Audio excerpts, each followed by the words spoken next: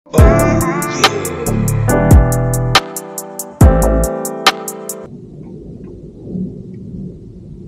ayan guys, dito tayo ngayon sa parking dito sa Costco. Ayan, tire center parking only. Ayan. Alright, so welcome back po sa aming YouTube channel. And ngayon, schedule ko para sa aking papalit ng gulong dito sa Costco. So kakapark ko lang dito sa sa parking lot dito na sa Costco. And 6:15 pa lang naman. So ang appointment ko ata is 6:40, 6:45 ganon. So ayun. Ayan na yung gulong. Sinalpa ko na dyan. Ayan sa likod yung tatlo. Hindi ko na tinanggal yung car seat ni Sebastian. Pwede naman eh.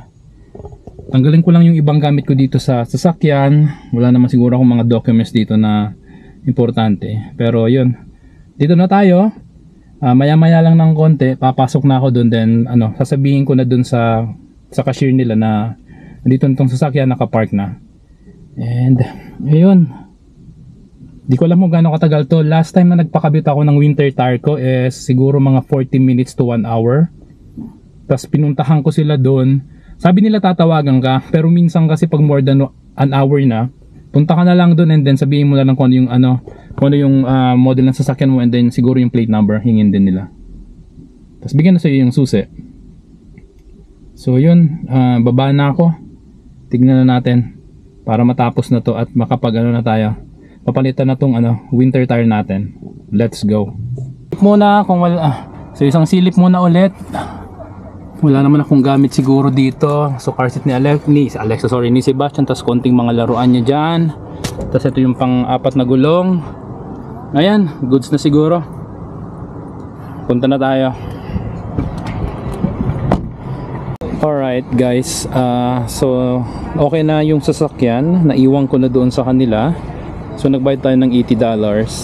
Ngayon dito muna tayo sa halamanan kasi ang waiting time is 1.5 hours daw, sabi sa akin dun sa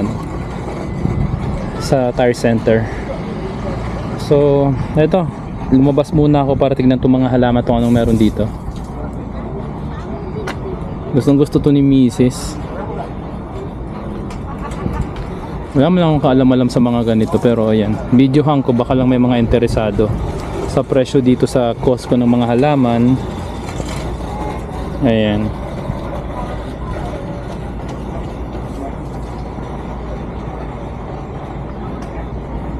Citrus planter, lavender.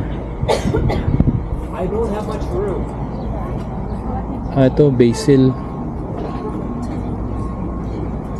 Parehas. $11.99.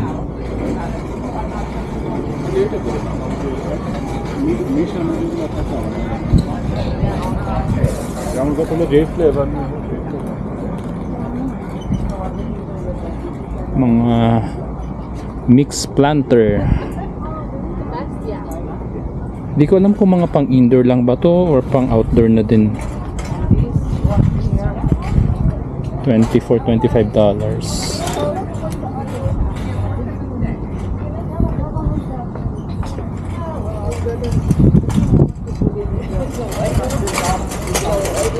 Fiber hanging basket.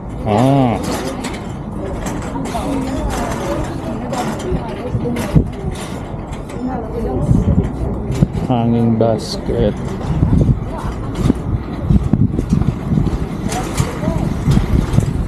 Ito naman daw annual flat. Do not mix and match. Do not mix and match. Mix basket naman to. Parehas lang sa kabila.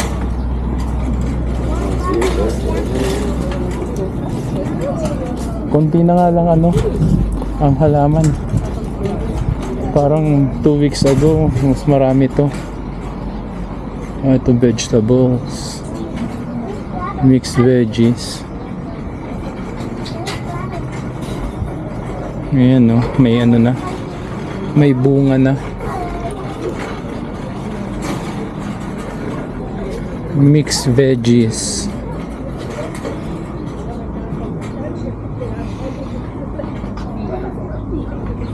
Plantito ng Canada. Ayan.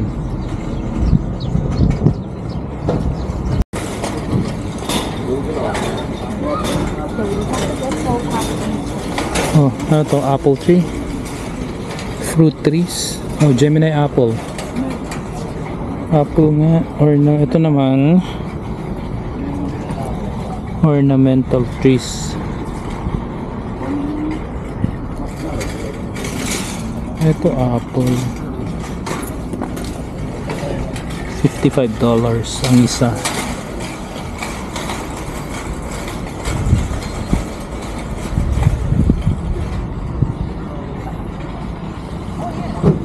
Ito mga malalaki na to. Swedish aspen.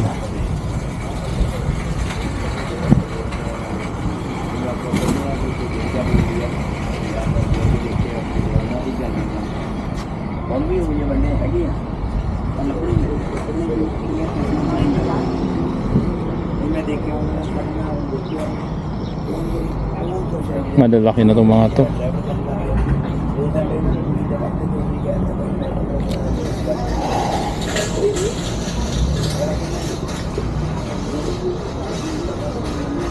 Ayan, so yun lang naman ang ang halaman dito ngayon.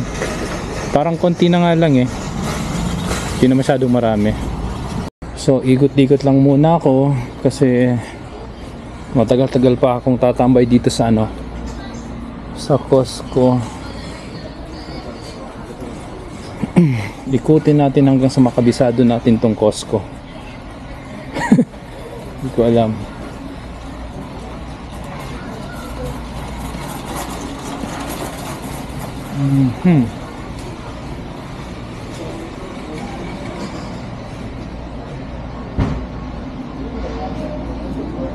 Mower.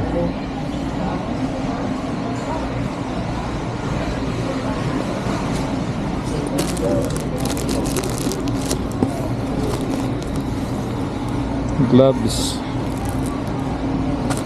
Ano to? Gloves na may grip. Ilang piraso siya? So $31 na lang. Nakaless siya ng $8. 14 pairs. Madami. Ito siya, pero manipis lang.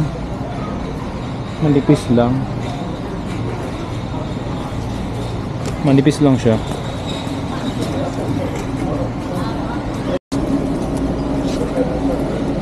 Okay.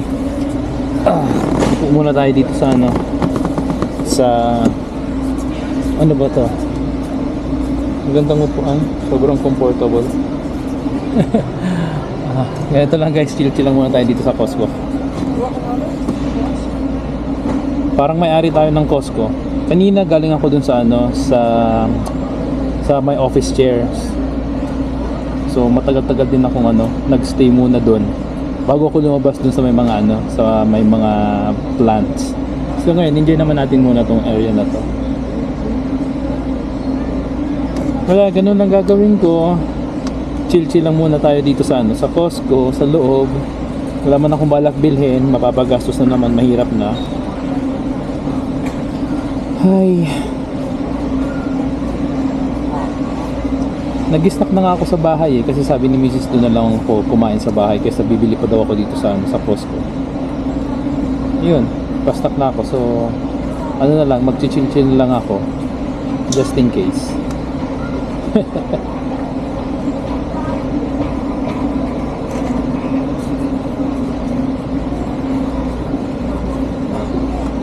A few moments later. Alright, so tinawagan na tayo at sabi tapos na. 7:10.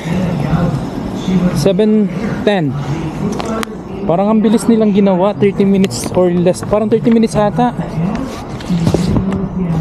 Ayan, saan kaya nila pinark? Oh, it's here. Okay, so dito yung sasakyan natin.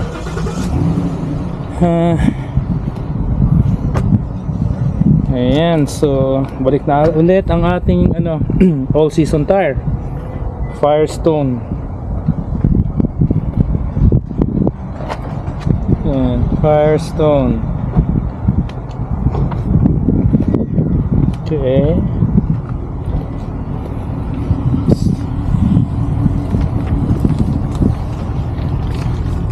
Alright. Firestone. Alright, malinis. Perfect. Check ko yung gulong ko na winter tire.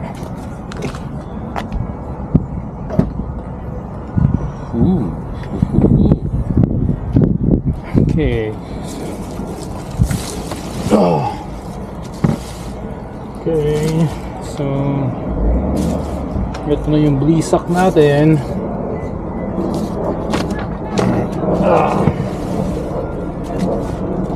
Alright. Looks like all goods naman. Ayun yung pang-apat na gulong. Okay. Oops. Gumuguho. Oh god. Okay. All good.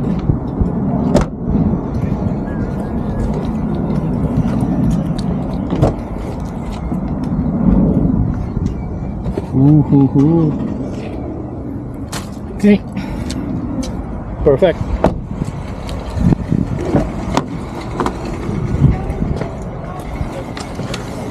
Ay.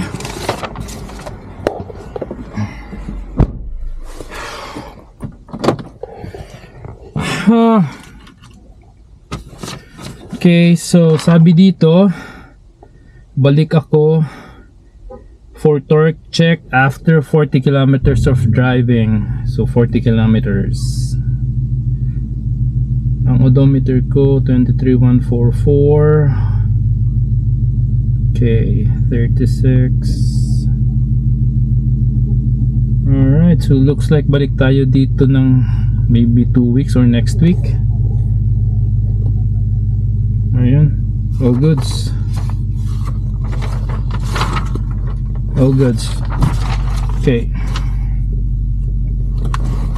So everything's okay. Check ko lang yung mga ano ko, mga documents, I mean yung mga papel-papel ko dito para sure. Alright, so okay na po. Mukhang in-adjust nila tong upuan ko. Masyadong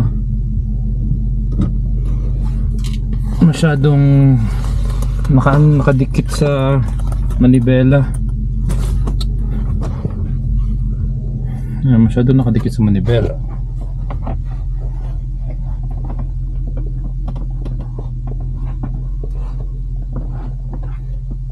Okay. Okay. So yun. Di ko tinanong kung may bayad yung pagpa-retort. Anyways, bahala na. Alright guys, so okay na si Ravi. Balik na tayo sa sa all season tire. And yan, uwi na tayo. Balitaan ko na si Mrs. na pauwi na ako. Tawagan muna natin. Sana nagsaing ng aking mahal na asawa kasi gutom na ako. Gusto ko nang mag-dinner. Kare-kare yung pagkain namin. Sakto, inikot ko lang din yung Costco sa loob. Tapos sabi ko pagod na ako. Hanap na sana ako ng upuan ulit. And then biglang nag-ring yung phone ko. Yun nga, si Costco. Hindi ko expected. Akala ko 1 hour pa ako maghihintay. Pero ayun, less than an hour natapos agad nila. All goods, all goods. Hi me. Yes, tapos na. Dito na ako sa sasakyan. Oh my god, grabe siya. Anong gusto mo pasalubong? Yes, magluto kasi masarap ang dinner. Mas looking forward ako dyan sa dinner na yan. Char, yes. Na ano ko? Asan yung baby boy? Babalik ako after 40 kilometers ng tinakbo para sa retorque. 40 kilometers na takbo. So probably mga next week or after next week. Tatandaan ko lang tong yung odometer ko kung ilan. Okay. Sige na, bye-bye na. Pauwi na ako. Bye-bye. Alright, guys, let's go.